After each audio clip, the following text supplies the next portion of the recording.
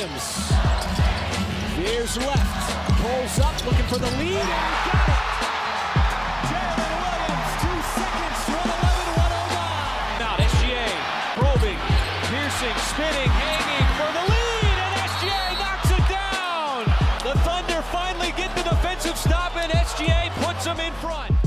I'm Kenrich Williams. You're listening to Topic Thunder.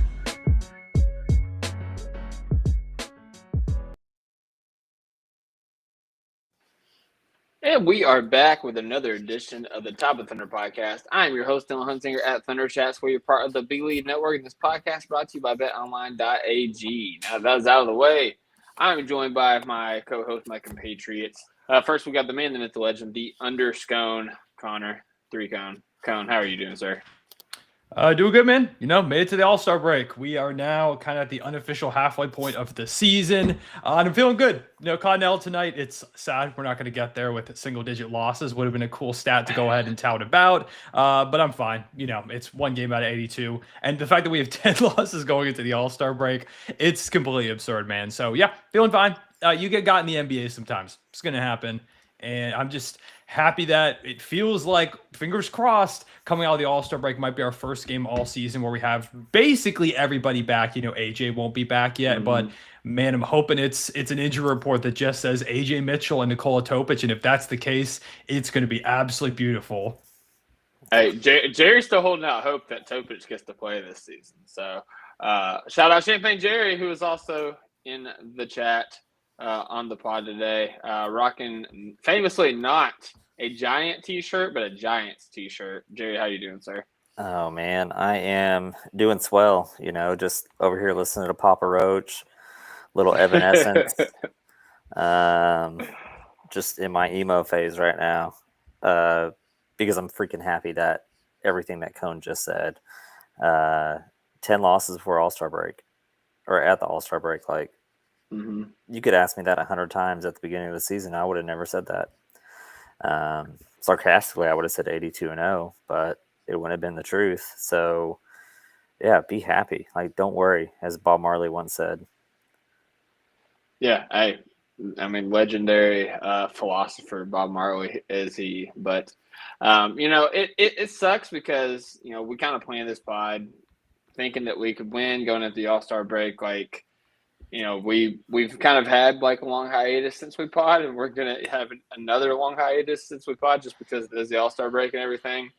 And so we haven't podded in the last 4 games. And if we would have ripped off Grizzlies, which by the way, one of the most impressive wins of the season, two of the most impressive wins of the season happened in this 4-game stretch. One was against the Grizzlies, in which we beat them by 13. On the second night of a back-to-back, they were fully rested. They were fully healthy. It was in Memphis. We were not fully healthy, and we just beat them like a drum. Pelicans, kind of same thing. Like Cone had predicted. Actually, I think we did podcast Saturday. Y'all did. Cone. Yes. Yeah. Forget everything I said. We talked about the Grizzlies game, yeah. We did, yeah. And Cone predicted the beatdown of the Pelicans. And then the Heat game, that was one of the most impressive wins of the season just because the comeback. We were down 21 points at one point in the third quarter. We went into the fourth quarter down 10, ripped off a 24-0 run. It was absolutely nuts. It looked like there was a possibility we was going to be able to sell the same story tonight against the Timberwolves, but the legs were just a little tired. 5 games in 7 nights will do that to you. The All-Star break could not have come at a better time. Yeah, we needed this one. Everybody looked tired out there. All Shea shots were short, just clanking off the front of the rim. Not only 5 games in 7 nights, but I guess it has to be the second night of a back-to-back to make that literally possible with the scheduling. But just a lot of basketball. And I mean, even just outside of these 7 games, coming into this stretch, we haven't had the break. All-Star break is here. Team desperately needed it. And I mean, they've been playing their butts off, man. They've been playing like hell. Literally last night, They weren't able to just stroll to a win or anything. They had to play their butts off to go ahead and pick up that W after we started off really rough. We had a slow start. It's been a little while, I feel like, since we've seen one of those Thunder slow starts like we've seen at times throughout this season. And I think it just caught up to them. Really, tonight, it was just a case of we had the slow start and then we made the comeback. And then they just kind of refused to miss from there. Like we brought it back and we tied it, I believe, in the third quarter. And then it was just a continuous barrage of Naz Reid buckets and Jaden McDaniels was going crazy. Nobody could really miss. And, sometimes great offense is going to beat great defense. Wasn't one of our better defensive games. I think we definitely missed Kazin and Caruso. The energy of those two, specifically, I think Caruso was definitely missed tonight. Guys were just exhausted. They're tired. All-Star breaks on the mind. Games are going to slip around this time of year. It's like the same thing going into the playoffs. Sometimes, it slips a little bit. The Thunder have played a lot of games, though, not just in this 7-game stretch, but throughout the entire month of February. I'm glad they're going to get the break. Yeah, I was gonna say this was like the gauntlet that kind of we were going through of our season. March is a little funny, but like January, February was going to be rough. And guess what? We've only lost 10 games and it's All-Star break, so we're okay.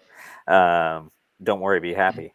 But like you could just tell, like tonight, it was all legs to me. That's all it was. It was just dead legs. Like you said, Cone, mine's on All-Star break. Like, let's get some time off. Let's get some rest.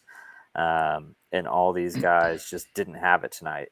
And it mostly came on the defensive end. We could not do anything on the defensive end tonight. Like, literally everything worked for the Wolves all night.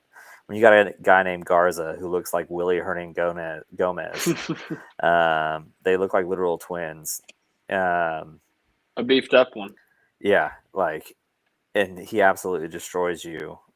It's not going to be a good time, or it's not going to be a good time, but it's because of something, something bigger than just X's and O's and not executing. So, the game sucked. It's okay. It's okay. And what's funny is, we just got done playing 5 games in 7 nights. And we have a break. We don't play again until next Friday, so we have 8 days rest. Yep. And then guess what? We get to play 5 games in 7 nights again. Coming back in February. So you love how the scheduling works, man. But it'll be nice. Like the first game out is the Jazz. If you're upset about this game, which we already kind of said, at least me personally, I'm not really worried about it. But if you are, we play the Wolves twice, coming right back out of the break. Sunday, February 23rd, and Monday, February 24th. Weird, like in Minnesota and then in Oklahoma City back to back, which they've been doing with the schedule this season sometimes, which is super weird. But very college, like home and home, but very not college back to back.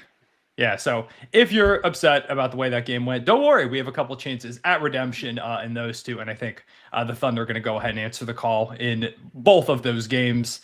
But yeah, it's nice, we get that first game against the Jazz. After that, we play the Nets, the Hawks, the Spurs. We get some easier games, at least, after what has been kind of an insane stretch going back to that Eastern Conference gauntlet we had at the beginning of January. Yeah, and I'd say, the only thing that I've, player-wise that I took away from the game tonight is you can definitely still tell that Chet is really trying to immerse himself and get in the flow of the game. He's been late on a couple, rotations. Let's put him out of position tonight. You saw it a lot more. Naz Reid had him in the wash machine all night. So just a little bit late, and it just doesn't seem like he has his confidence yet back on offense. He's still trying to work through those things. What I appreciate though is you can tell that effort on defense is still there, and he's really trying to get that side right first, versus just trying to get in the offensive flow of the game. I think a night like tonight, what I would have liked to see is him be a little bit more confident in doing some stuff, especially whenever we're already down by however much we were, and you could tell we just weren't coming back. Take it over yourself. Just force your way into the game a little bit. But again, we've lost 10 games before All-Star break, or at All-Star break. So be happy about that. Don't worry. Yeah, that was the big thing to me, is that Chet's Chet's still trying to come along. He's still trying to get back into the groove of things. It feels like he's still trying to figure out where he fits on offense and, how it's going to work for him defensively. Like, what are his responsibilities as the 4 now with iHeart out there at the 5? It's growing pains. There were always going to be a couple of kinks to work out here and there when Chet came back, figuring out the double big thing. It would have been cool to be able to do that earlier in the season, but, instead we had to just rack up a billion wins, so it's fine. Like, there might be a couple games over this second half of the season where you're like, the team just looks kind of out of sorts. And I really do think it's just because they're trying to reintegrate Chet. They're trying to make this thing as cohesive as it needs to be, because you need Chet playing at full strength to go on the run that you want to in the playoffs. And it's going to take time. He missed like 8 to 10 weeks. This was only his 3rd game back, right? This was game number 3. Mm-hmm. Yeah. And I felt like still Chet looked pretty solid tonight. He ends up with what was the stat line? Where did it He had 2 blocks. He had 12 rebounds, and it was 11, 12, 2, 2, and 2. So Wow. that's 2 steals, 2 blocks, 2 assists.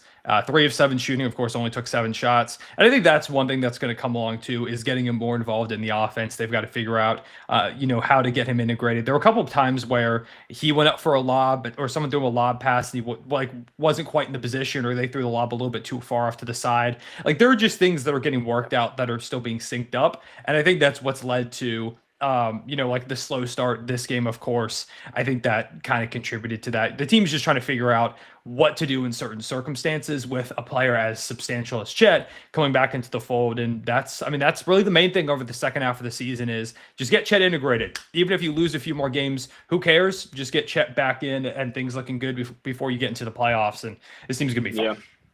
Yeah. Dub even said, like, after his first game, it was like, what was it like having Chet back? And he was honest. Like, he was like, it's kind of awkward a little bit, because like they had to form a new identity of how they were playing, in the season after Chet got hurt, and they brought Hartenstein in, and not only form a new identity, but form a successful identity, one that had been extremely successful, had helped to build up one, the top record in the league, and obviously Chet's a great player, and they was playing phenomenally with them, but not only are you trying to just bring him back, you're bringing him back in a different capacity that he was in earlier in the year, because he was the sole 5 earlier in the year. We was rotating in like Aaron Wiggins, Casey Wallace, Isaiah Joe as that starter, and now he is that 4 next to Chet. And like, I know it's early, and I know that Chet's still kind of working out the kinks, and it could look completely different after the All-Star break, but I don't know offensively, specifically like at the start of the games, how I feel about going double big. I don't know if I like it as much in the starting lineup. I think it's something that you can have like in your tool belt. Like, I definitely think it's an effective lineup, and it can create matchup problems, and like it's something that you could like throw out there against teams like Cleveland. But I think there's other teams where it doesn't hurt you, but it muddies things up a little bit offensively. I was literally like, that was going to be something I was literally going to bring up and ask you guys if you think that works. And I'm kind of right along with you. I don't think it's actually a good thing. Situationally, it can be, but like, it just packs the paint a little bit more. And I think having that other guard out there really helps open it up, especially if you got Kaysen or Ijo, just whoever it is coming into the game, starting there. Having Isaiah come off the bench, I think makes more sense the more that Chet gets like back to feeling right. Because it just packs the paint way too bad, especially with that starting lineup. I would say early on, like I understand like why they're doing it, especially now, because as they're trying to integrate Chet back into the lineup, they're also trying to protect his body from enduring any more of that damage. So they're letting iHeart kind of bang with the big bodies while Chet's getting reacclimated. So I don't hate it so much in the short term, but I do feel like for us to reach our ceiling offensively, at least, I think that's something that might need to be addressed. Cohen, I know you've kind of been like you on both sides of the coin in terms of like, the double big or like playing Chet at the 5. I know you was pretty adamant like before the season about like, Chet had like this historically great season as the 5 as a rookie. And but I also know like you're really excited about Hartenstein. How do you feel about Chet Hartenstein starting games as opposed to being like a situational thing? I mean, I think I've liked a lot of what I've seen from the double big. It's been clunky for sure on the offensive end, but I think that's more reps. I think it's figuring out where does everybody need to be rather than personnel not working. I think it could work really well. And I mean, defensively, they've done some awesome stuff out there with the double big thing. Yeah. So it's really just kind of the trade-off and what you want to go with. I know we came into the season expecting maybe like a flexible starting lineup where some games you do double big, some games it's like maybe a Caruso starts, or I mean, at this point it could be Kaysen, it could be Aaron Wiggins. There's a lot of ways they could go, and I think that's the good thing. There's a good flexibility with the team. But I don't know. I'm not really panicking or worrying at all about the double big thing. It's clearly something they want to give a lot of reps to. They want to try. And this was, again, only the third time that we've seen it out there on the court. And the first 2 times it looked awesome. Like, this was the first game where it felt like it didn't work all that great. I mean, the offense has been not as much last game, but the game before, it was kind of clunky. Like that first game against the Raptors is really when it was like, ooh, this is a little bit awkward. But it was also Chet's first game back. So I don't know. I'm not really drawing too many conclusions. Obviously, I've said a million times, I think Chet at the 5 is a great solution. He had one of the best rookie big men seasons of all time. He's a floor stretcher. If you want to have that true 5-out offense, putting Chet in there, I think makes all the sense in the world. But also if they want to go with, just the overwhelming size of a Chet and Ihart, and I think as Chet gets more aggressive, more confident, and back to the guy we saw at the beginning of the season, he's looking into contact more. I really think that could be just such an overwhelming team to go up against, because there were a few times, one of the reasons we stayed in this game, despite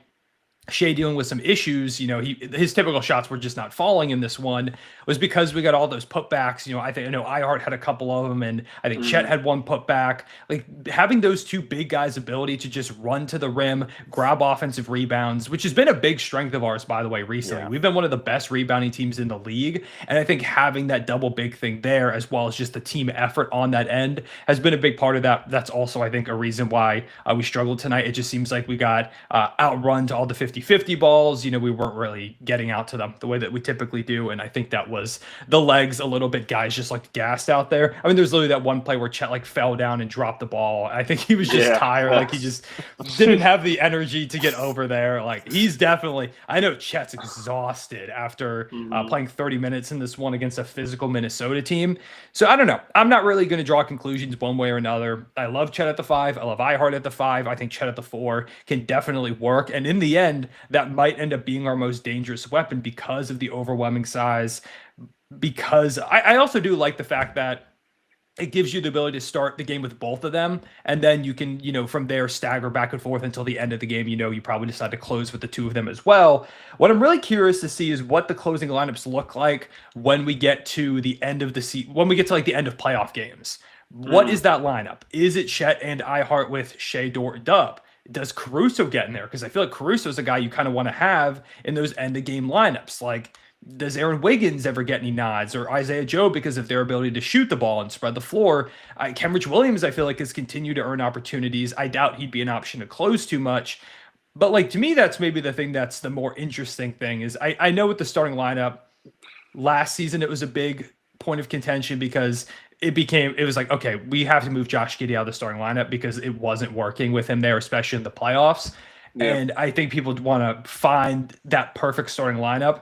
But I don't know. I still think there's a chance we move it around a little bit. I think the double big thing could work. Maybe I think I'm personally more interested in when we get to close playoff games at the end, like who is actually out there. And I do like the idea of having those beginning of the game reps with Chet and Ihart, give them as much experience as possible before we get to that situation.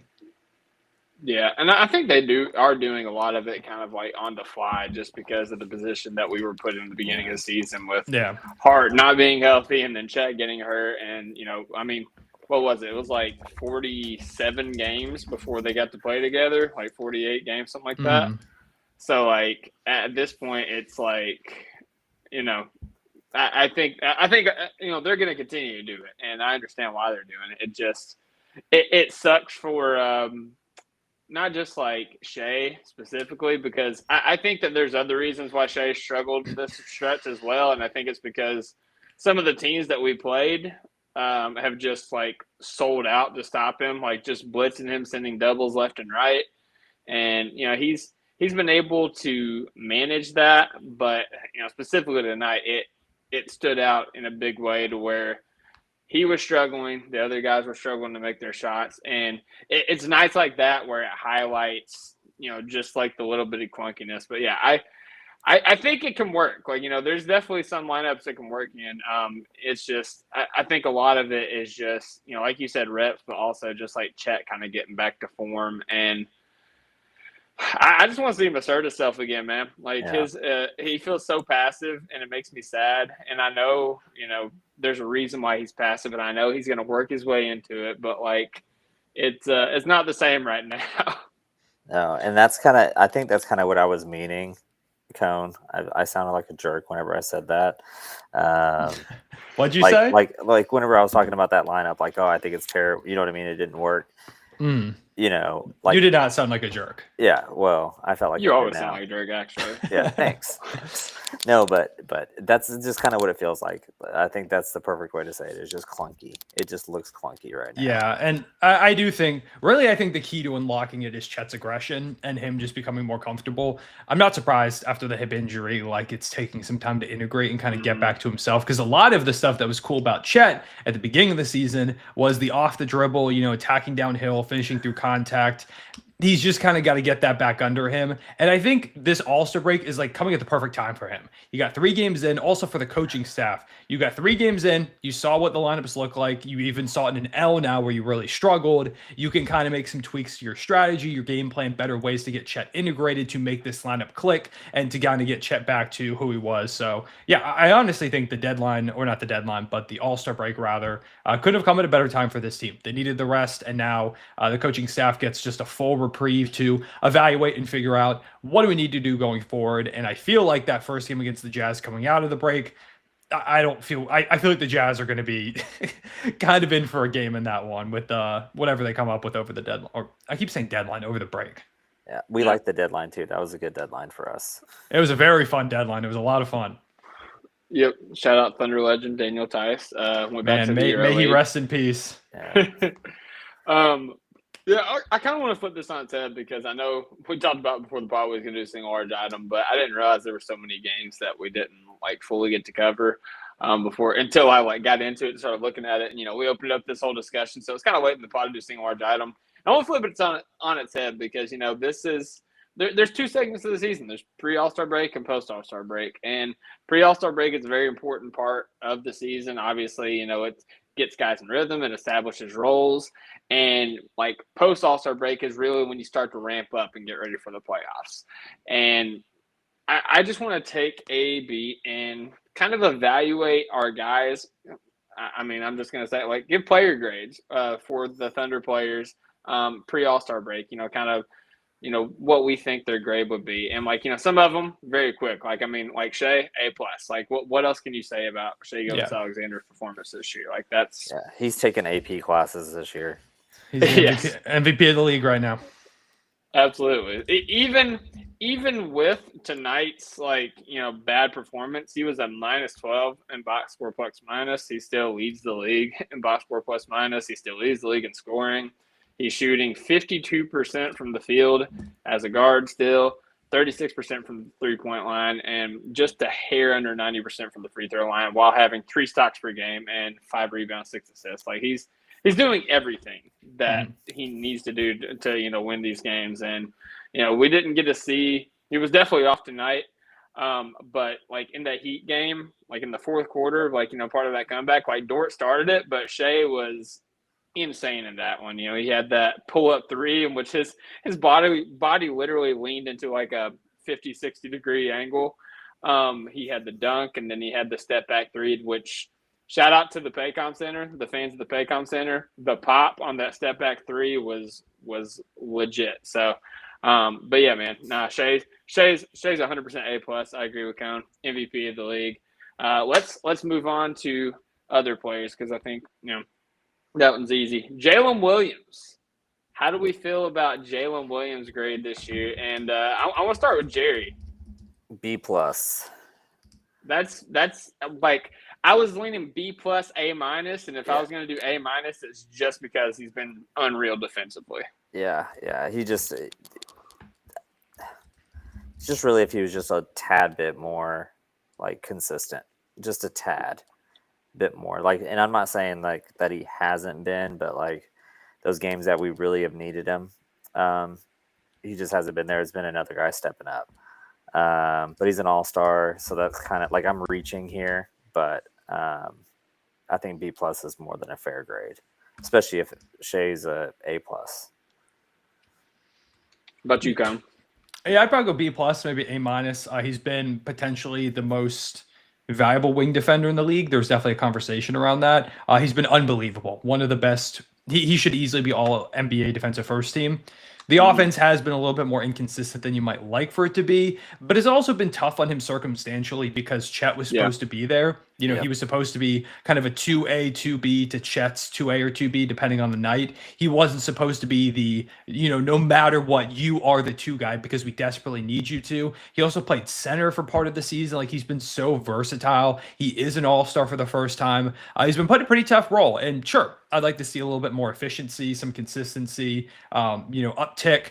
But overall, like with the hand that we've been dealt with, the injuries we've dealt with, and the way that he has been asked to do so much for this team, I think he's earned at least a B+, if not A-. I'll go A- for Dub. I like the A- argument there too. Yeah, I think the defense definitely, like, that's a good argument to like swing up to A-. We'll grade him on a curve. Yeah, averaging 21, 5.5, 5.1 on about 48, 34, 78 free throw splits. It's actually been weird. I'd say we're going back to B+ because that free throw shooting's killing me lately. Misses the first one every single time, and it's long almost every single time, and then nothing but net the second one. It's been happening a lot lately. Yeah, but I will say he's looked a lot better, like, in the month of February. Like, he's getting back to, like, volume scoring a little bit. Yeah. You know, he's been great at, you know, rebounding, you know, playing, like, as Con was saying, playing center, like, for a lot of the year. And, you know, still, like, mixing in the playmaking stuff. And he's unstoppable in transition, man. I wish we would use him as a weapon in transition more because it's actually insane how fast he is on some of these fast breaks. Yeah, that block last night was ridiculous. Oh yeah, yeah. No, he's nuts, and like he was like the one bright spot tonight, and yeah. I mean, hopefully he can, you know, kind of start to get it going after the All-Star break. Let's go with the next guy that has probably played the most second most amount of games, Lu Dort. And I got to start with Jerry because, you know, Jerry loves Lu Dort and he hopes he's doing well. Yeah, always. I love you, Lou. I hope you're doing well. No, he's definitely a B+. There's been times this season without his point of attack and his just physicality and energy that we don't win some of these games. It doesn't hurt that is he still shooting his career best so far from 3? I haven't checked out 41% right now. Yep. Okay. Yeah. So still shooting career best from 3. He seemed to figure out how to finish around the rim a little bit better this year too. Not as horrendous as it's been in past years. But no, he's the glue. You know, he's the energy. He's that spark on defense, and he deserves at least a B or like a low B with that. And then you just add in his shooting and everything else I mentioned on offense. That little midi jumper is gaining some momentum. I don't know where it came from, but I love it because he's wide open on it almost every single time. It's very, very seldom that he's like clamped up on that. And it's always like dribbling like from the corner. Like it's always like dribbling into the lane and then he'll like stop, turn, and shoot it. It's because we have crazy. We have a big guy in the dunker spot, so they just sag back on him and easy peasy lemon squeezy. Just steal it off for him. Yeah, he had a couple really nice finishes in transition tonight. Well, both hands. He had one right hand and then like the very next where in which he like fell down on the finish. Yeah. And then like the next possession or a couple possessions later, he got it to go with the left hand. So yeah, I mean, credit where it's due, man. Like Dort's put in some work on his finishing around the rim this year. I would. So what was the letter that you settled in on? He's a B+. B+. Okay. I would. I think I would go with B. I'm not mad about B plus, but I would go B just because the consistency kills me in terms of like his scoring, and a lot of that is the volume isn't always there. He's not one to just like force up shots like in the past. So maybe I will go B plus just because he's kind of conforming into like the team role a little bit more. But yeah, his defense has been absolutely nuts, and I think that as the Thunder defense has been historic, I think he's finally getting a lot of the credit that he's deserved for years at this point. And it's looking like that he could even make first team all defense too. If he doesn't, we riot. That's all. We riot. Yeah, if he doesn't, Definitely has to be on one of the teams. That's for sure. Yeah. Mm-hmm. What about you, Cone? You going B, B plus, or you going into the A's? I go B plus, A minus, man. I mean, for a team that has kind of had some struggles with 3-point shooting this year, the fact that Lou Dort is a 41% 3-point shooter, imagine telling someone that like 2-3 years ago. Yeah. Even like last year, man. I mean, last year he was close, like he was 39.4, but to then see another uptick. If you told me Lou settled at like 38 for this season, I would have been perfectly fine. Like playing amazing defense for us, being kind of that point of attack guy who we throw on the opposing team's best player and shooting 41% from deep. Like, I mean, tonight, every time Lou shot a three, at this point, I expect Lou Dort threes to fall, which is a crazy development alongside the defense that he brings to the table. Alongside, I mean, I haven't checked the numbers, but the finishing has felt better this season. Like tonight, he had a couple of buckets where I was like, damn, okay, Lou, like finishing through some contact. I don't know what's gotten into him with some of these middies this season. He's just been kind of cashing some of those. I really don't have much to complain about at all with Lou. Like, there's really nothing I can complain about. Sure, there are some nights where he's going to be off, but that's kind of the case for basically everybody except for Shea. I mean, even Shea, I guess, had an off night tonight. But, like, he's consistently I think this has probably been the best defensive season of his career. And that says a lot for Lou Dort. He will finally get some recognition on an all-defensive team. I believe. I'd be shocked if he didn't. And yeah, man, I would go B plus or an A minus for Lou. Love to hear that one. We hope he's doing well. We love him. Well. We love him. Yeah, I was actually trying to look. So in the restricted area this year, he's shooting 59.2%. That's amazing. Trying to see what he did last year. It has to be an uptick. Yeah, it has to be like in the 40s. Well, of course, it's just okay. There's the pinwheel. Lou Dort.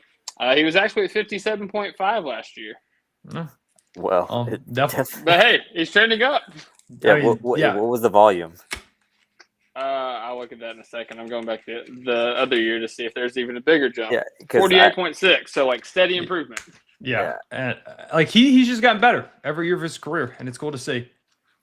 Yes, he had 4.3 in 2023. He had 2 last year, and this year that's shots per game in the restricted area. Yeah. And then this year is 1.4. So as the volume's decreasing, the percentage is rising. But it feels like he's just taking better shots at the rim. There are still a couple moments where I'm like, what the hell just happened? But in general, it feels like Lou has been better about taking good shots at the rim. And when he takes them, I mean, at this point, like it used to be, if he was trying to finish around the rim, I was worried. And now I kind of just expect him to finish, or I think there's a pretty good shot usually, unless he's, super out of control, which is great.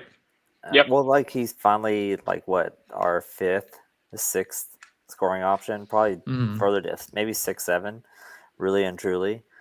So it's crazy. In 2022, he was putting up 17 a game. Like he was like the 2 guy. Yeah. For that team. Yeah. He scored 40 against Utah Jazz. Yeah. That was one of my favorite games. I'm gonna go back and watch the Lou Dort 40-piece highlights. No, that 30 joint this. in the playoffs during the COVID was where it was at. That was the coming out party. Yeah. I love that one. Locked down James Harden and scored 30 on him in the game 7. Yeah. Crazy stuff. All right, moving on to the man who saved basketball and a man who might be making a late case for 6th Man of the Year candidate, Aaron Wiggins. I thought you were going to say Brandon Carlson. Shit. Yeah. No. In the month of February, let me just read you his stats. So he had 41 points kicking off February against the Sacramento Kings, 13 against the Bucks. That was a short game. 17 against the Suns, 18 against the Raptors, 26 against the Grizzlies, 24 against the Pels, 11 against the Heat, and 10 against the Timberwolves. He is shooting 38% from three, which is down from last year in his percentages, but you got to consider he's doubled his three-point volume. He's at 4 attempts a game right now, averaging about 11 points per game. Guys, Cone, going to you first. What is your grade for the Man to Save basketball? I mean, if we're grading his ability to save the game of basketball, it's an A+. We thank him for the ability to play the sport every day. I'd probably also go with like a B+. With Wiggs, I guess I was going to say one of the weaker defenders on the team, but it's like one of the greatest defensive teams ever. So, someone's got to be the weakest link. And he's also been, in addition to the offensive improvement, tonight I felt like wasn't his best defensive game in this recent stretch. But overall, recently, I think Wiggs has been doing a much better job defensively. And offensively, this is the punch that we need. We talk about some of the Shea lineup struggling to score, and having Wiggins be able to put the ball on the deck like this, getting aggressive and attacking. I almost wish he was like a little bit more aggressive tonight. I feel like he definitely didn't go back to the Wiggins we saw before this recent stretch, but he wasn't as like, I'm going to try to take over, I'm going to go ahead and get mine, as we've seen him being. I definitely want to continue to see the really aggressive Aaron Wiggins. And when we've been getting that, man, it's been ridiculous. Like, again, 41 points on February 1st against the Kings, 26 and 11 against the Grizzlies, 24 against the Pelicans, 18 against the Raptors, 17 against the Suns. He's nonstop come up big. So yeah, I'm not going to go too high because earlier in the season it was a little bit more inconsistent and it wasn't quite this version of Wiggs. But overall, I mean, even before that, he was still playing some good basketball, still saving the sport. We salute him. So yeah, I'll give him like a B+ is where I'd go.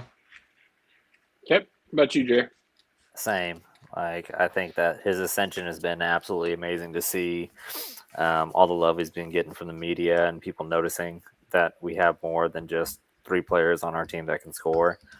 I think that's just kind of where he's at right now. Like, he's in, I'll call it puberty of kind of like his ascension, where he's kind of awkward and we know that he can go do a bunch of cool stuff and he just doesn't do it because he's still scared. So hopefully we just see him continue just to ball out and keep it going. He's gotten better on defense. He's gotten better, way better on offense. But yeah, like, he's still kind of awkward right now. He could be an A-, A+ easily just because he saves basketball so much. Giving him some extra credit there. I'm fine with B+. I think that his defense has definitely regressed a little bit this year, but I think he has more of an offensive responsibility. He's not just like a catch and shoot guy, kind of like you alluded to. He's doing a good job creating for himself, but he's also like been a willing passer as well.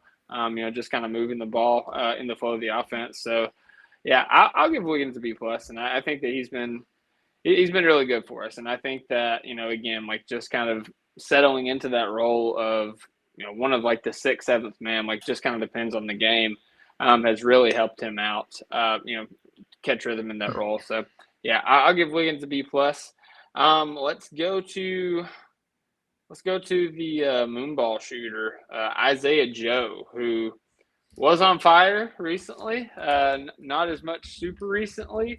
I guess I'll start. I'll let you guys go a million times. So I'm gonna go first here. I'm gonna give Joe a B-. Actually, let me look at what he's actually shooting on the year. Oh, yeah, I mean, he's shooting just a hair under 40% from 3 on 6 attempts a game. I mean, that's his job. Like, anything else you give us is extra. I'm actually gonna bump it up to B because I don't think I realized how well he was shooting at that volume. But anything else you give us is just gravy. And he's giving us, drawing offensive charges. He's playing solid defense, rebounding the ball pretty good for his size. Not so much tonight, but in the past he's had some like higher rebound games. Just surprising everybody by leaping out of the gym with some explosive dunks.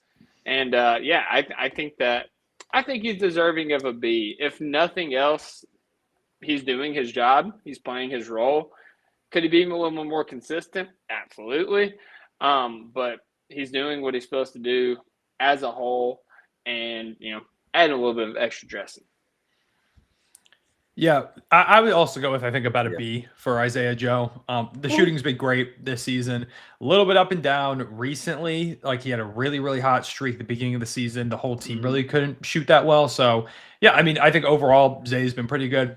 Nothing too insane. Like obviously, he is there to knock down threes. He's one of our best deep three guys as well. You know, this team doesn't have a lot of players that are going to pull up from like the hash mark and knock them down consistently. Zay is one of those guys that I trust to go ahead and do that, create off the dribble, you know, movement three, step back. He's someone who can not only knock down the three, but create his own three. And that's big to have. So yeah, shout out to Isaiah Joe. I think I'd also go with a B. Cool. Yeah, I'm going with B. And I think it was him that called it out maybe like a month or two ago that he's playing like so many different variations of getting that shot that he wants. You know, dribble handoff, stuff like that, versus just catching it in the pocket and going. So I think he's handled that really well. And the types of attempts that he's been getting. I mean, he literally got drop kicked in the face last night. Oh yeah, he did. That was crazy. Yeah, I don't blame him for being off after he took that foot to the face. Yeah, like so equilibrium is thrown off. Yeah, like he is who we want him to be, and exactly who we think he is. He hasn't done anything that's like, oh my gosh, wow, but he also hasn't crapped the bed at all this year. So I think a B is a very and handled the adversity. So I think a B is a very good score for him, or a good grade for him rather. Shout out Zay. All right, we'll do a couple more here. Just real quick. I mean, Kenrich Williams. I just gotta say, I think I'm gonna give him a B plus. I almost went with an A. I want to see what his kind of percentages were. To me, he changed the game against the Miami Heat. Like he was a big catalyst for like, you know, sparking the comeback, for not even the comeback, but like just keeping us in it whenever we were down. Just playing hard, playing good defense, knocking down shots. I mean, he was shooting that thing like super confidently too, and has been. He's been. I mean, his last 3 games, he's had 9, 14, and 11, which doesn't sound like a lot, but like the role that he's in, it's not a very high volume of shooting. So whenever he can provide that, it's great. He's also shooting just a hair under 39% from 3. Which is awesome for Kenrich Williams. Like it's kind of back to the first couple of years we had with Kenrich Williams, not so much last year. And he's shooting 89% from the free throw line. So yeah, I got to give Kenrich Williams a B plus. That's maybe the craziest part of the whole thing is the fact that Kenrich has become like a knockdown free throw shooter. Obviously, it's not a lot of attempts. Actually, I want to see what the total is. 0.4 a game. He shot 18 on, 16 of 18. Like, it's not a crazy sample size or anything. He's already shot more free throws than he shot all of last season. He shot 18. He shot 14 last year. And I mean, like, even though it's a small sample size, like, if we go back to all throughout his career, it was 68.4 his first season, 34.6, 57.1, 54.5, 43.6, 50. I'll take an 88.9 on this low volume. The fact that I feel like now Kenrich Williams can hit free throws is such an amazing thing. And he's been so good. He's been so good. I'd give Kenrich Williams more minutes going out of the All-Star break. I think he's been plenty good enough to earn those. Has been an awesome option to throw at bigger wings. You know, those guys are a little bit oversized. Even at like last night, like Nikola Jovic, he's someone who's given us problems. And then Kenrich ends up going on him when we have that little bit of a run. And suddenly, like, hey, things are starting to snowball. And then it really becomes a run. He's just so good, man. Whether it's, he's one of our more reliable 3-point shooters, 39.4% on the season, shooting 5.8 a night. He's been really good defensively, has had some pretty cool off the dribble moments. Like, he's got more juice than you might think he would. There was one play tonight where he took someone off the dribble. I can't remember who it was, but Kenrich will attack downhill and kind of get to the basket, man. He'll do that. He'll take a charge.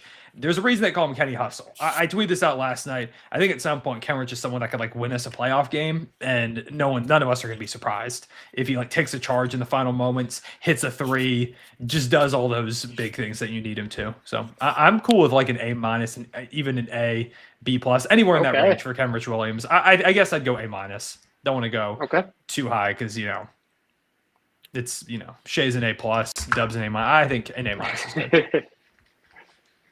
Yeah, I'm going to go with the B plus just because he's actually gotten better at his shooting. He picks better shots now. He shoots with confidence. And to Cone's point, I think out of everybody on our team, he uses his body the absolute best in like every single situation, whether it is taking it to the rack, using his butt and his back to create that space, just very, very smart with his timing. He can do so much. He's so versatile on the defensive end. He can guard, the 1 through 5 essentially, if he absolutely needs to. If he gets, put on islands and switches, it's really not that bad. I think he hands down has it. I don't know if it's the IQ part of it because he's one of the older guys, or what, but he's just been that guy for a while. And he's been like that for us really and truly since he first got here. It's just kind of progressed over the last couple of years. You can tell that his confidence is built big time this season. Yeah, and I don't think there's been a playoff season that encapsulates Kenny Hustle. Like when he first checked in tonight, which by the way, like Dylan Jones, like you're awesome. You got a great name. You spelled it wrong. I don't know why we put Dylan Jones in tonight before Kendrick Williams, especially after what Kendrick Williams did against the Miami Heat. But as soon as Kendrick Williams got on the floor, immediately, like Cone said, took somebody off the dribble, got the layup. I think that was like out of a timeout too. Immediately on the other end of the floor, traps Nickeil Alexander-Walker in the corner, and to the point where he tries to throw the ball off of him, and Kenny jumps up where he misses the ball, and the Thunder get possession. I'm like, that's Kendrick Williams. That's what happens when you get Kendrick Williams. That's Kenny Hustle for you, baby. So, yeah, I'm with it.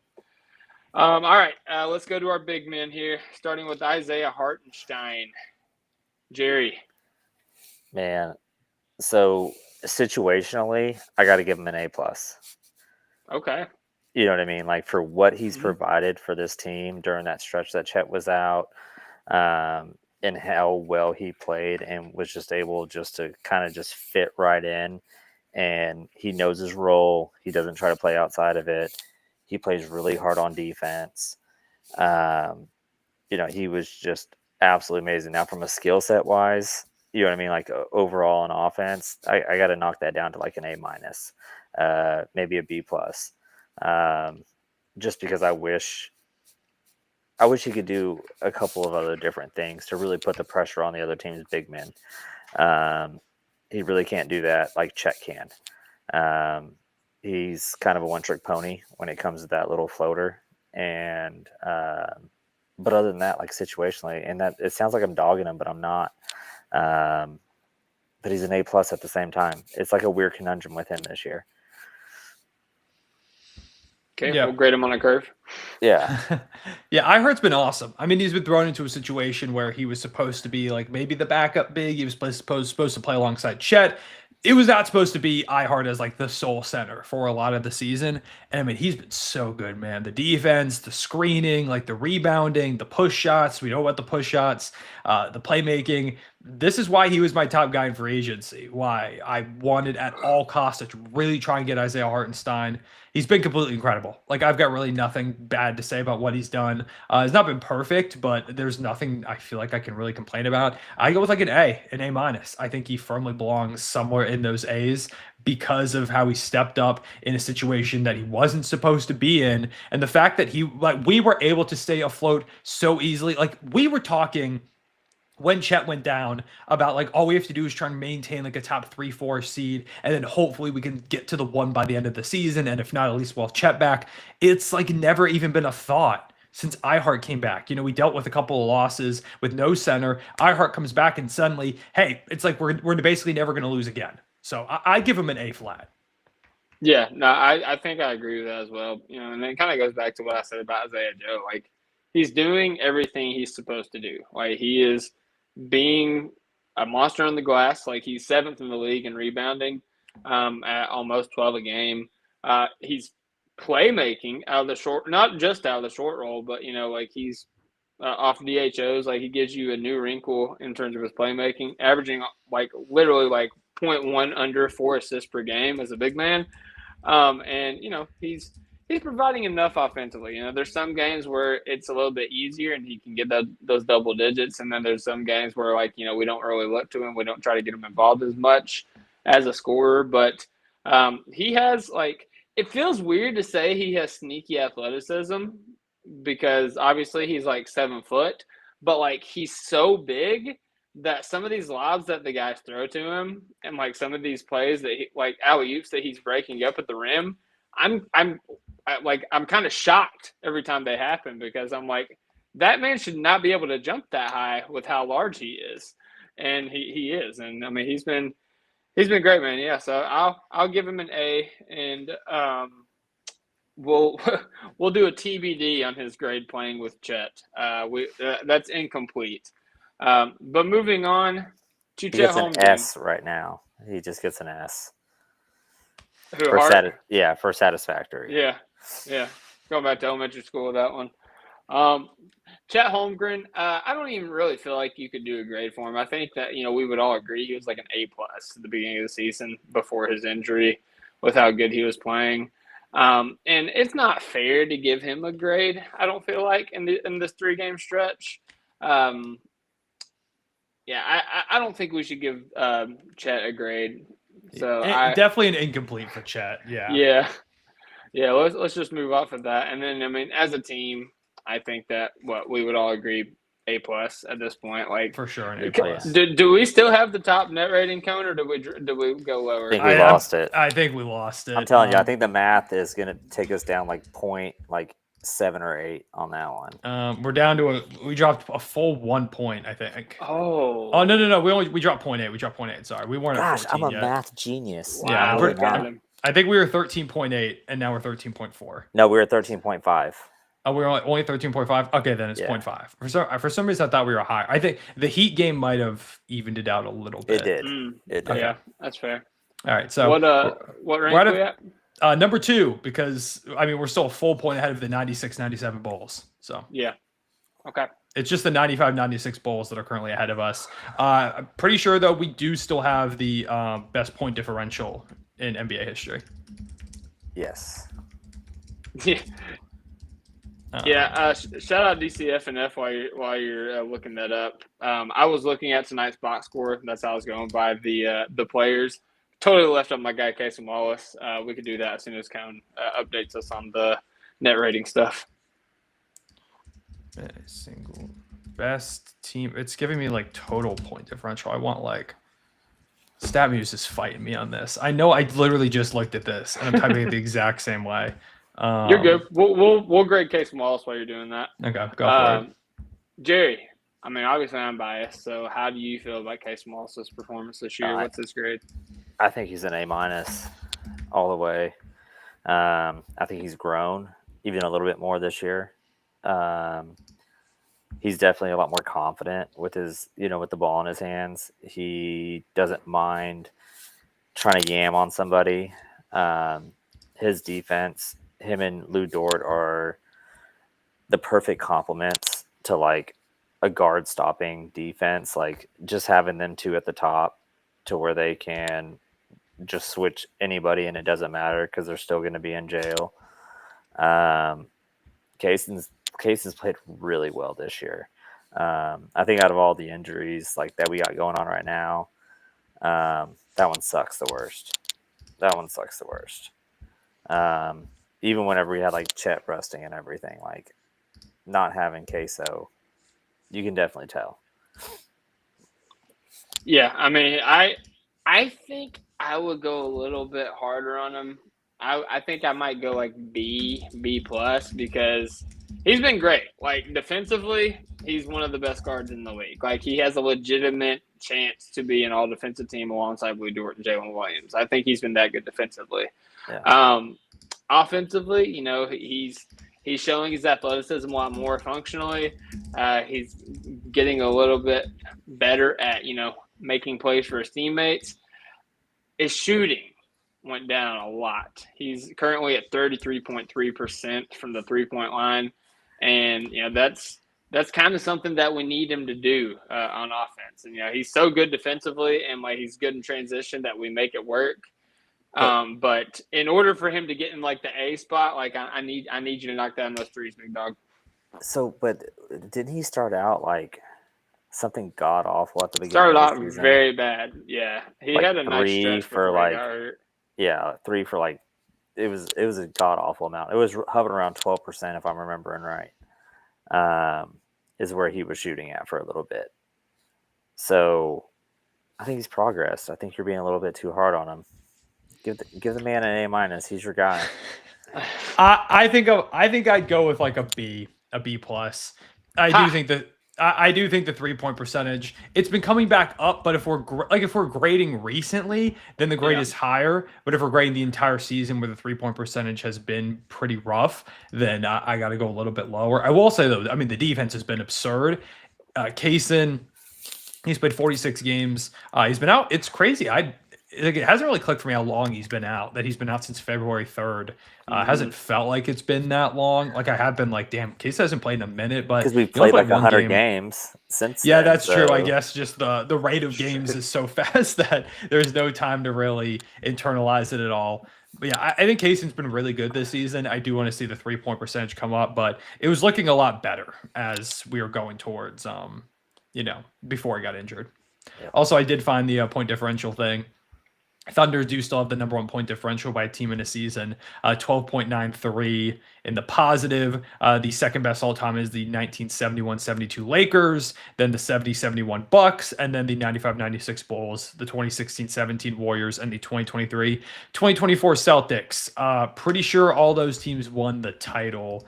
1971 NBA champion, because I don't remember that one off the top of my head, was the Milwaukee Bucks, and then the 1972 NBA champions were the Lakers. So yeah, every team that I just named there won the NBA title.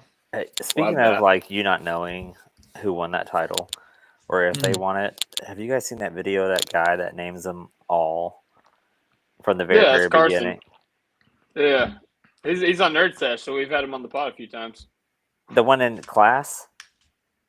Maybe not. Oh yeah, no, there was a new video where weren't they like, you don't have to take a test or something if you can name like every NBA champion. Yeah, something like that. And he literally just beasted it out in like 2 minutes. It was really impressive.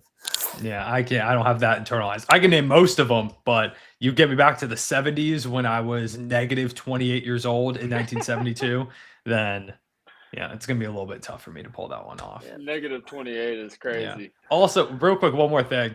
So when we talked about the Lou Dort 40-point game, I opened it up. I'm like actually going to watch it when the pod wraps up. The starting lineup for this game, first 5 guys out there on the court. This was April 14th, 2021. Can y'all name the players out there? Lou Dort is one of them. Can you name the other 4 that are on the court? What month was it? Was there, right? It was April 14th, 2021 against the Jazz. Yes, Darius Baisley is one of the 4 guys. Okay. Teo is out there. That's 2. Teo. Moses Brown. Yeah, that's 3. Can you get the 4th one? Get it perfect? It's going to be somebody crazy. It wasn't Poku because he was hurt, wasn't he? I think he was hurt at that moment. Yeah, I don't think it was Poku. It's not someone too crazy. It's not like Kalazakis or anybody like that. Okay. It wasn't Ty Jerome, was it? We didn't go 3 guards, did we? No, we didn't go 3 guards. Was it so it wasn't Burton? No. God, this is gonna haunt me. Oh God. Bigger guy. It's the guy who was playing. I don't know I guess he's playing the 4, but he's at the 3 in this game, I guess. Oh yeah. That was a fun experience. Oh my God, dude, I can't think. He was here. You got anything? He was with the team for a few years. 3 Muscala? years. No. See, I was thinking like it wasn't JRE. That was the year after. Yeah, no, it wasn't No, JRE. it was JRE, yeah. Remember the days? J-Rob. Remember was when it the Isaiah days? Roby? It is Isaiah Roby. Yeah. That's who it is. Yeah. So the starting lineup of Teo, Lou, Baisley, Roby, and Moses Brown. That's, less than 4 years ago. That was our starting lineup. What a god Lou Dort is for that one. What a god. They're all out of the league except for Lou Dort. Who's that on the court? Okay. I just fast forward a little bit. It's so interesting to see the faces on the court here. It's crazy. That was like the healthy Jazz, though, right? Like that was like Yeah. Mitchell and all of them. Yeah, Rudy Gobert. Yeah, this was a good team. I mean, we lost, but Lou went crazy. Yeah, it's And- wild. And it wasn't that big of an L. Like, I mean, it was kind of close. We closed the game with Tony Bradley, Oh God, Jalen Horde, Jalen Lou, Horde. Josh Hall, and Ty Jerome as our closing lineup. Jesus Christ. Josh Hall. Remember that one game where Josh Hall went crazy at the end of the season, him and Poku against the Clippers Him and Poku, yeah. to mess up the lottery odds? We could have had Evan Mobley. Could have happened. Oh, well. It's all right. Hey, it got us to where we're at. So It all worked out in the end. And it just Yeah. gave Mobley to a team that's trying to actively defeat us in the NBA Finals. Yep. It's fine. Well, and Ty Jerome's over there too, so double whammy. Yeah. Whammy. All right, we are going to talk a little bit of All-Star right after a word from our sponsors. And we're back after a word from our sponsors, guys. We are talking Underdog once again. Me and Cone, we linked up. We made a little underdog play for the Thunder game, and dare I say, it would have hit if things went normal. Like if the guys, if it wasn't if such a their- weird game. yeah, like if their legs were under them and it was a normal Shea game, I think that's all it took. So like what we did was, what was it? Shea was 31.5 on point. It was Shea 31.5. He had 24, easily one of his lowest scoring games in a while. Just again, didn't have his legs under him tonight.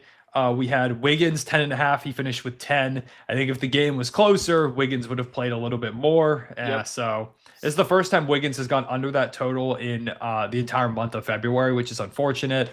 We had a discounted play. So typically Dub's PRA was 28.5.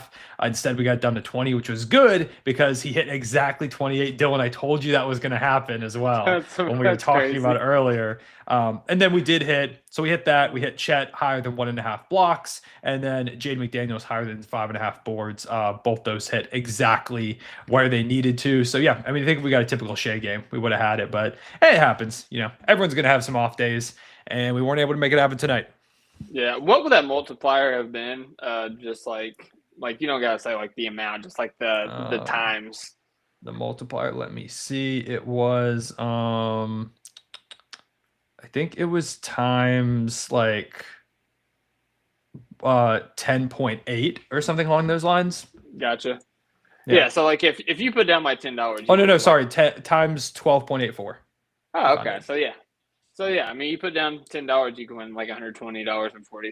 So I mean, and that's something that could like legitimately happen. Like we was normal game away from happening, and you still have a chance to do that. You don't have some NBA games to do that on for about a week now, but All-Star game will be on there, I believe. So you can download Underdog with our link in the description. You can use the promo code Thunder. You can get up to $1,000 in free bonus cash and a free pick. They also have promos on there every day. As Cone said, there was a discounted pick. Sometimes there's no sweat. Sometimes there's profit boosts.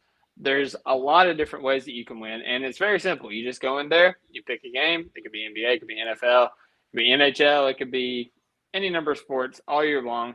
And you just pick higher or lower on a set number. And, string like 3, 4, 5, or if you want to get crazy, all the way up to 8 together, and you get your multiplier, you wager your amount, and you win some money. So again, click that link, type in promo code Thunder, and let's make some money, man, on some Underdog. So fellas, All-Star Weekend is here. We made it. This is what we've all been waiting for. This is why we play the NBA season, for this weekend alone. And there's not a better event in the All-Star Weekend than the Ruffles All-Star Celebrity Game. So I'm just gonna rifle through really quick the roster. We're just gonna pick our MVPs and we're gonna move on. So Okay. Team Bonds, coached by Barry Bonds, assistant coach 2 Chainz. Amazing. Love it. Like just an amazing sentence. This is the roster.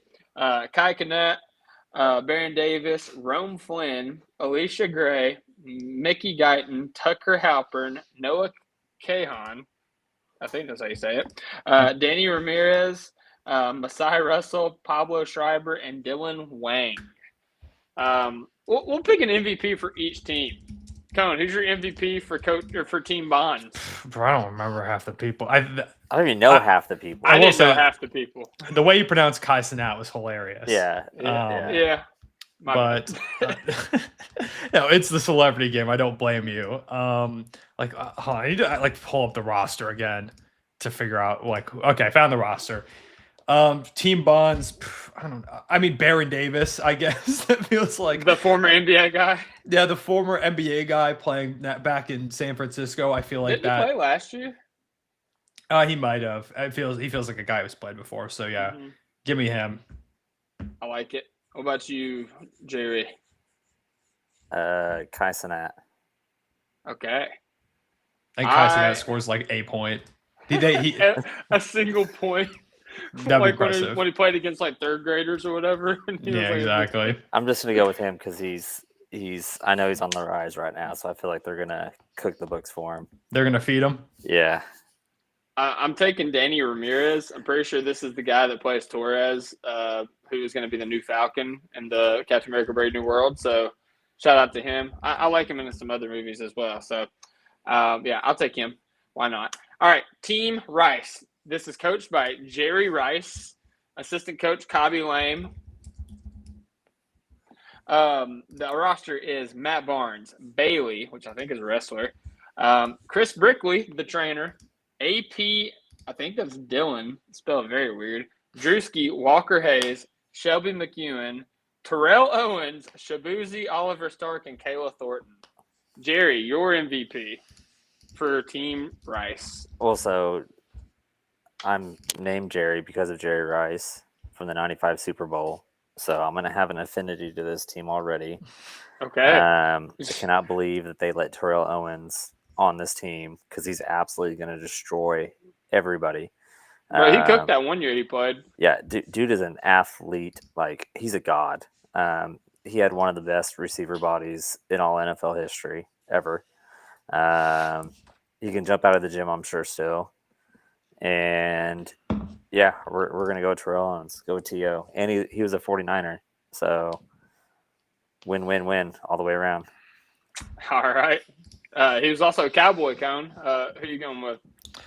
I can't go the same thing. I was between a couple people. I was thinking this feels like somewhere where Chris Brickley would just put up a bunch of shots and go kind of crazy. But I'm going with Kayla Thornton. This past year, New York Liberty WNBA champion, my Liberty. So Your home give team, me, baby. yeah, give me Kayla Thornton. Now of the Golden State Valkyries, which is a fire team name, by the way. Yeah, that is pretty fire. cool. Yeah, I guess I'm gonna go with Brickley, just because.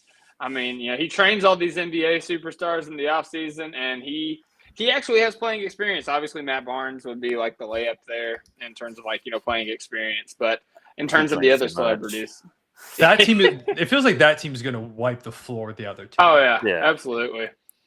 So we're taking Jerry Rice, and we've all got different MVP picks. So all right, going to the Rising Stars game, which Casey Wallace sadly will not be a part of. Boo. So real quick, Team Tim Hardaway. This is Anthony Black, Tristan DeSilva, Grady Dick, Jaime Jaquez Jr., Brandon Podziemski, Zachary Risachet, and Alex Sarr. Team Mitch Richmond has Tumani Kamara, Bub Carrington, and Bilal Coulibaly. Eves Missy, Julian Strother, and the Thompson twins. And then, is that Chris Mullen, Team C? Yeah, that's Chris Mullen. Okay, yeah. So Chris Mullen's got Steph Castle, Ryan Dunn, Zach Edey, Keontae George, Trace Jackson Davis, Dalton Connect, and Jalen Wells. And then Team G League, which is represented by Jeremy Lin himself, has J.D. Davidson, Bryce McGowan, Leonard Miller, Dink Pate, Reed Shepard, the GOAT, Pat Spencer, and the GOAT dunker of all time, Matt McClung. So, fellas, what team is facing off against the All-Stars on Sunday, and who is going to be the MVP? It's going to be Mitch Richmond's team. That team is just way better than the other Is ones. that the second team? Yeah. It was the one with the Thompson twins. Oh, yeah. You sold me there. And Bilal. Yeah, that team's nuts. The defense there between Tumani Kamara, Eve Misi, the Thompson twins, Bilal. I mean, that team's nuts.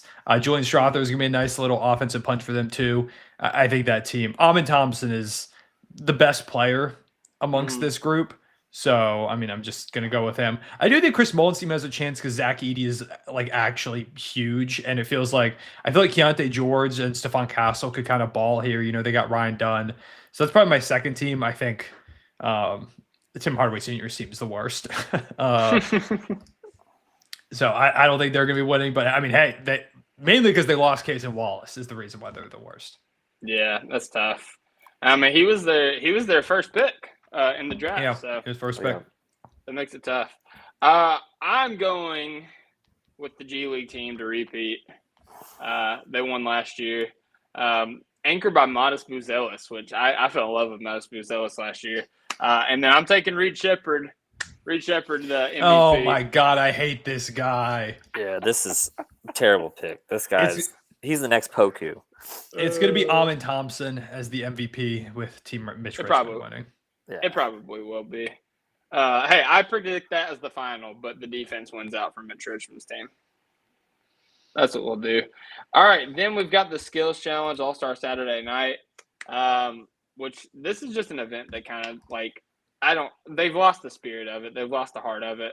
Hardly anybody ever wants to do it anymore, and it feels like they change it every year. Weird teams for this, by the way, extremely weird.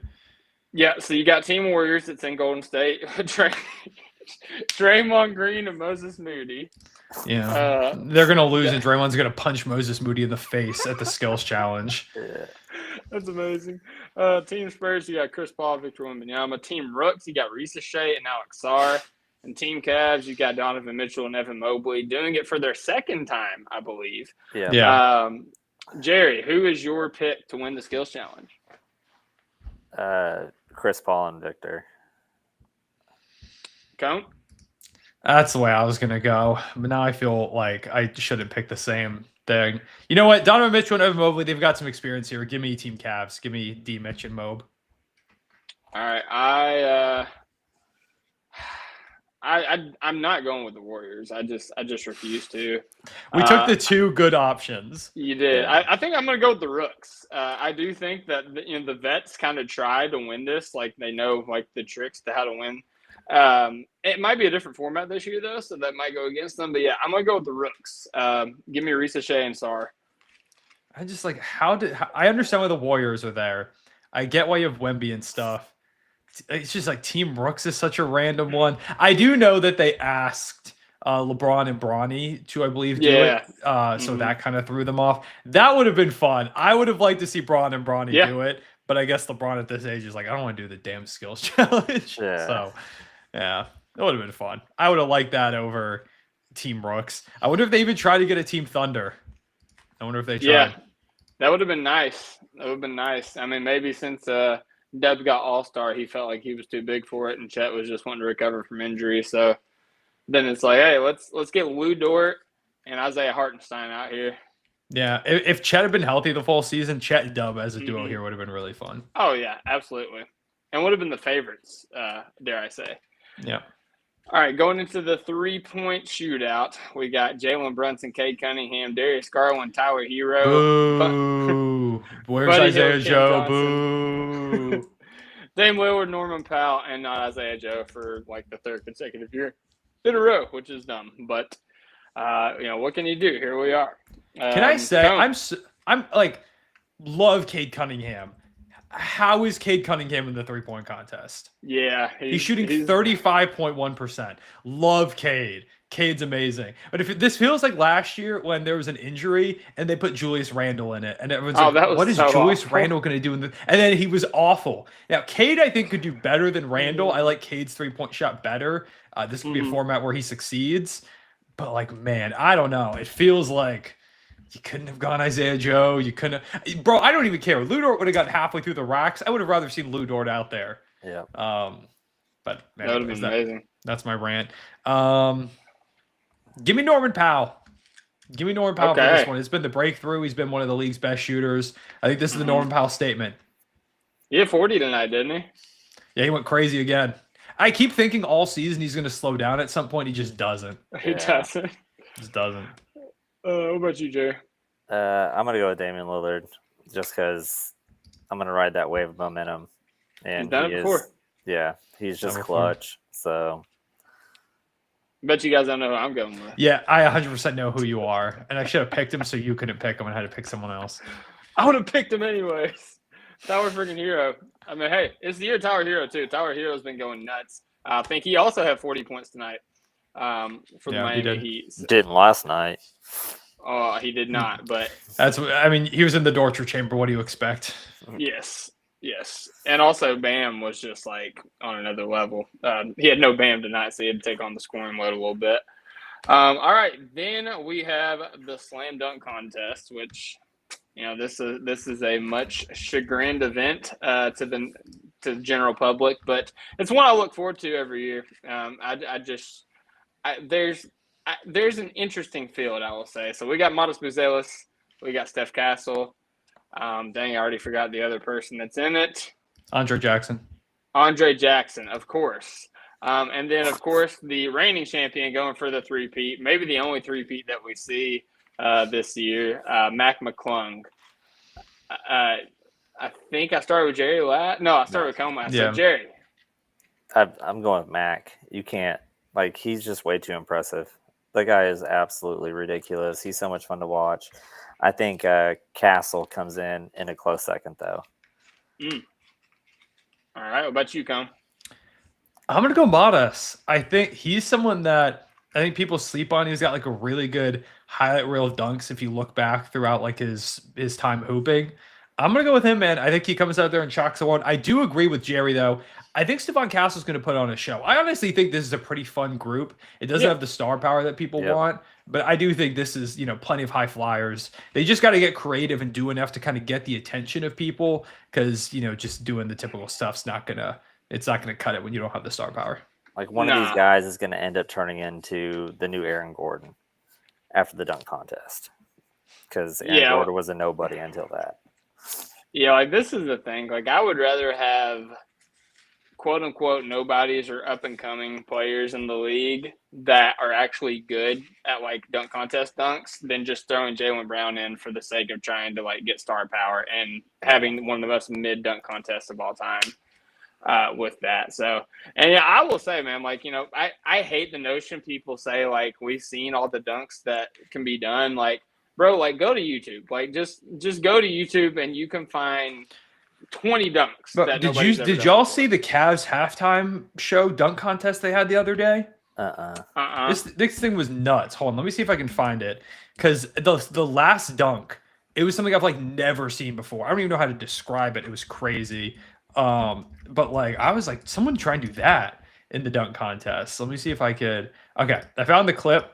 Of course, unfortunately, we're not going to be able to show it, but go to 549 on this clip. Let me see if I can send it. Am I able to send it in the YouTube chat? Let me see if I go over to YouTube and go into our stream. You should be able to share the screen if you want to.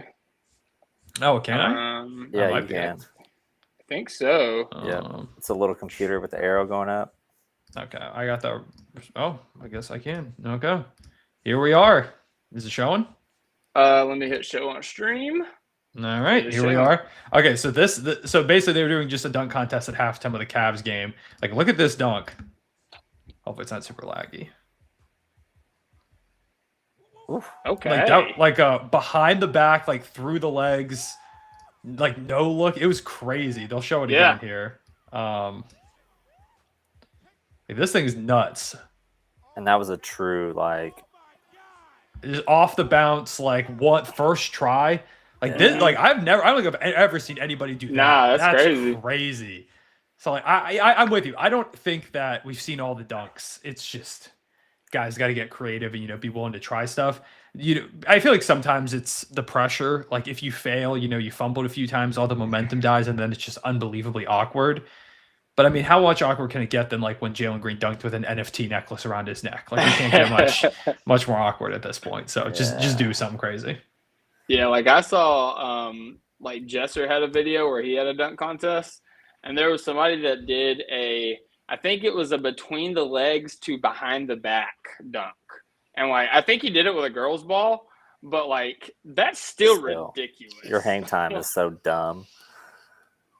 Yeah, so and speaking of hang time, I think Mac three-peats just because he might be one of the best that's ever done it, just in terms of his creativity and what he's able to do in the air. And like just giving us fresh dunks. Like last year, not so much. He didn't have to do much because Jaylen Brown was so bad. But the year before, like legitimately, him and Trey Murphy was like one of the best battles in the dunk contest we've had in almost a decade. Yeah. So I just need somebody to challenge him to bring the best out in him. And I think it's Andre Jackson, man. Like Andre Jackson can legitimately like look down into the rim whenever he's springing up there. And those are the types of guys that, like, because they have such hang time and they're not like, so big and like, their limbs aren't so long, they can do a lot of stuff while they're in the air. So, I'm going with Andre Jackson to challenge Mac McClung, but ultimately Mac McClung repeats. Yeah, I mean, all of us kind of going one way or another. I love it. Mm-hmm. I think it's gonna be a fun dunk contest. I feel like I say this every year, but I don't know. Yeah. Like Mac put like that. Not last year. Last year's was kind of mid, but the year before was fun. Like Trey Murphy was great. Mac McClung was great. Yep. Yeah, it's. I think people just got to give it a try. Be willing. If it sucks, it sucks. Like then we can accept it. But I don't know. I feel like people need to kind of just keep an open mind going into it, even if it's young guys and not stars. Well, and get better judges. That's what they need. Yeah, to do. the judges have problems too. I feel like. Yeah, like get better judges. Yeah, this year they're like crowdsourcing the final vote. Like you can, like the fans can vote. Oh, that's good. For the score on NBA ID, and Jesser presents the score on behalf of the fans. So yeah, we should get on 4chan and Reddit and start a campaign to let like the guy that's not supposed to win it to go win it. Yeah, whoever has the worst dunks, just juice their votes. Just juice them. Yeah, they miss everything. Just 10. Votes. Yeah, they don't get the dunk off. Everyone vote 10. Everyone vote 10. Yeah, we could do it. We could do it. Just ruin it for the NBA since they finally try to do something worth a shit during the All-Star weekend. That's crazy. All right, and then the main event, the All-Star game, in its brand new format, in which the Kenny, Shaq, and Chuck took pre-selected teams. So the outrage that we had briefly was unfounded. But we got Chuck's quote-unquote global stars, Kenny's quote-unquote young stars, and Shaq's quote-unquote OGs versus Candace Parker is going to be representing whoever wins the Rising Stars game. The Rising Stars are going to play Shaq's OGs. That is Jaylen Brown, Steph Curry, KD, Harden, Kyrie, LeBron, Dame, and Tatum. And then on the other side, you got Chuck's team, which is Shea, Jokic, Donovan Mitchell, Alperen Şengün, Pascal Siakam, Kat, Victor Wembanyama, and Trae Young. And actually, I think Shaq and Chuck traded Trae Young and Kyrie Irving because Kyrie's technically Australian, or he was born in Australia, so they can keep the international thing going. Huh. So Kyrie will actually be on Shea's team as well. And then Kenny's team has Brunson, Cade, Ant, Darius Garland, Tyler Hero, Triple J, Mobley, and Dub. So, fellas, who's winning? I mean, let's just say who's winning each game. Like, who's winning between Shaq's global stars and Kenny's young stars? Like, I'm going global stars. I think that when they still had Giannis, like that was like the greatest All-Star team assembled. Yeah, losing Giannis hurts, but I still think it'll be fine. I mean, they're gonna run out of lineup of it's gonna be like Shea, Donovan Mitchell, Wemby, Jokic. Mm-hmm. It's just gonna be ridiculous, bro. It's gonna be so insane. The size they have is crazy. They've got the two best players this season. They would have had the best three players in the NBA right now if they had Giannis playing too. Yeah, I think the global stars are going to get it done. I also just feel like Wemby's continuously said in every media like availability that he's had, I'm going to go out there trying to kill people. Like he's like, I want to be the guy that's hustling, going 110% in the All-Star game and bring back that intensity. I think Wemby's going to do that. Yep. Okay. All right. So yeah, I think we're pretty settled on Chuck's global stars. It sucks that Shea and Dub play each other in round one. I know. I just hope we get the Shea Dub face off where they get to ISO one another. That's what I hope we get out of that. Oh, it's gonna happen for sure. They're gonna make sure it happens. It's gonna be cool. It'd be like the Jaylen Brown, Jason Tatum thing a couple of years ago. Yep. It'll be the same thing too, because like the Cavs are split amongst those teams as well. It's Garland and Mobley on one team and Donovan Mitchell on the other. Yep. Yeah, that is true. All right, and then you got the OGs versus the Rising Stars. Anybody think Rising Stars are going to play spoiler? No, I don't think they're going to beat LeBron, KD, Steph Curry, Jaylen Brown, Jason Tatum, Damian Lillard. I don't think so. Probably fair. All right, so then you got OGs versus Global Stars, and that'll actually be a pretty fun game. Who wins and who gets MVP? Jerry. The Global Stars wins, Okay. and the MVP will be Wemby. I think this is like his first out of his rookie year award that he's gonna end up getting. Jerry, it's funny. You took the words right out of my mouth. I was also going to go Global Stars and Wemby. I guess, I mean, it feels like he's the guy that's going to go all out. He's going to be shooting threes from the logo, blocking a million shots. I think it's going to be Victor Wembanyama. Sleeper, Shea and Jokic, I don't really think are going to go that crazy. I think they're going to try, of course, but I don't really think. I hope Shea, low-key takes it easy this weekend. Yeah, I don't need Shea pushing for an all-star tournament MVP. Kind of a sleeper. I feel like Karl Anthony Towns could kind of. He always tries hard. Yeah, Like, he always does. This Didn't is he a get it forward that 1 year? He won last year, I think. Was it last year that they just kept feeding him? Yeah. I feel like Cat's someone who's gonna go out there and try to, really make a name for himself this one. Obviously, he had. Oh no, he didn't win it. He didn't win it last year because he was. He didn't win last year. Yeah, he put it 50, but he didn't end up winning it. Yeah. Who won? I think it was Dame. Yeah, it was. Because the East has threes. Because the East won. So they gave it to Dame. That's the only time Cat turns into a sweat is whenever it's the All-Star game. He just tries so hard. Yeah, I was pissed because Shea actually played really good that game. I think he hit 5 threes and he had 30-something points. I was like, and Cat all his points was in garbage time. He just racked up 50 points late. I was like, bro, come on now. Yeah. Yeah. I mean, I hate to just follow suit with you guys, but I mean, especially when you say Wemby's going to go all out. There's nobody in the All-Star game with Giannis out, and Anthony Davis is not there. There's not really anybody in there that can guard Wemby. He's a matchup nightmare. So yeah, if he's going all out and nobody can guard him, I think I've also got to go Victor Wembanyama and the Global Stars win as well. So it'll be fun. I'm interested to see. It feels like the NBA is trying new things. They're trying to reinvigorate the All-Star weekend. So hopefully it works out because I grew up loving All-Star Weekend. Whenever I started watching the NBA, All-Star Weekend was one of the funnest things that I got to watch. And a lot of that was because, you couldn't watch all the games back in the day, but All-Star Weekend was nationally televised. So that was one of the big things that I can tune into. So I hope it gets back to its glory days. Yeah, something that just for some reason reminded me of something. It's always so interesting to me to think about how some people aren't connected to Twitter and very in tune with the NBA world, and they'll just flip on a game one day and they're like, "Oh, this guy's on that team." There's definitely going to be someone who's I'll turn on a Lakers game and they're like, "Luka Doncic is a Laker." What the hell happened? One of my good friends from back at college, Lucy, she's from the Bay Area, and she texted me a few days ago. She's like, "Connor, am I seeing a fake TV at the bar, or is Jimmy Butler a Golden State Warrior?" And I was like, "Yes, that happened literally a week ago."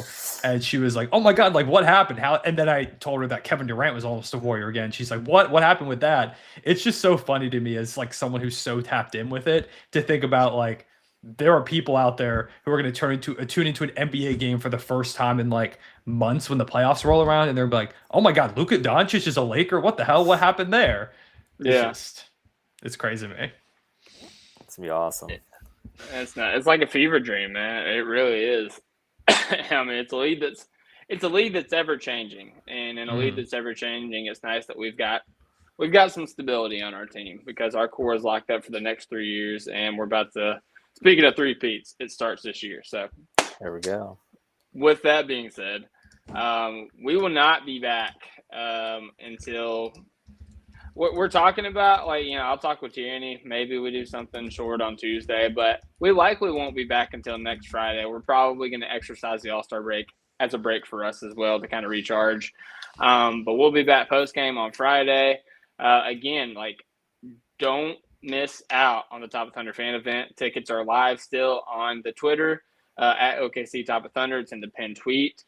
We still have, I think, we have club option and upper arena tickets available, Jerry?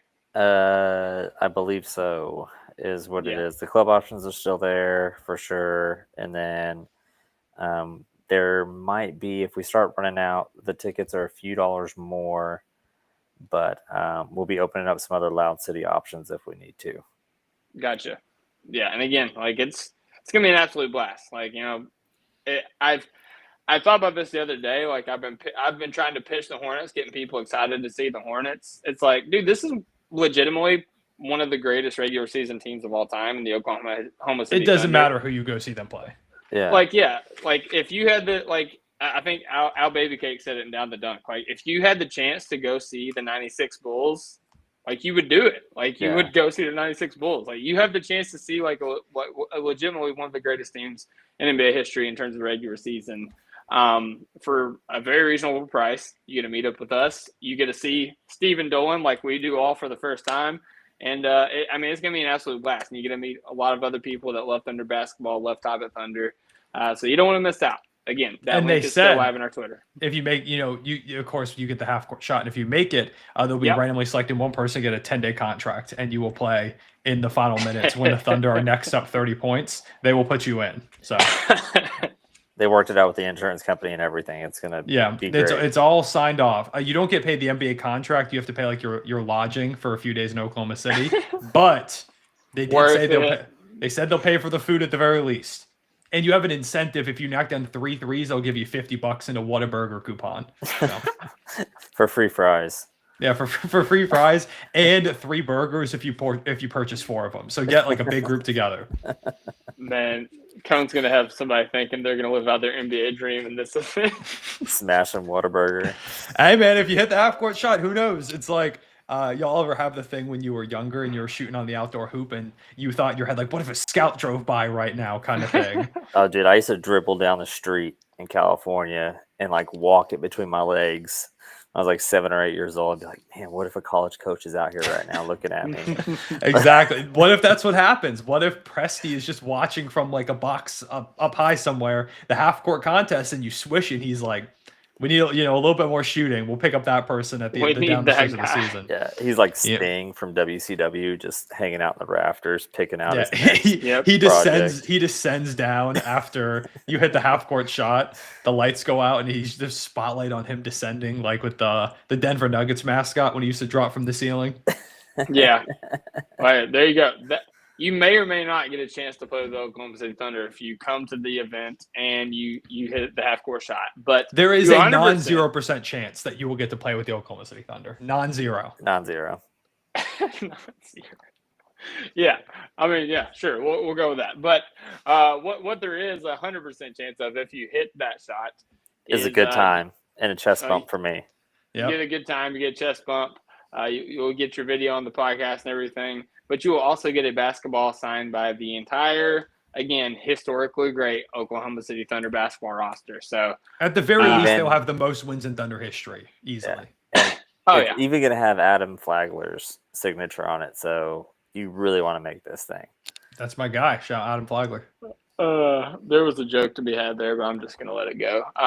With that being said, I hope everybody has a great night. God bless. Hoop when you can. Have a great weekend. And as always, Thunder up. Thunder up.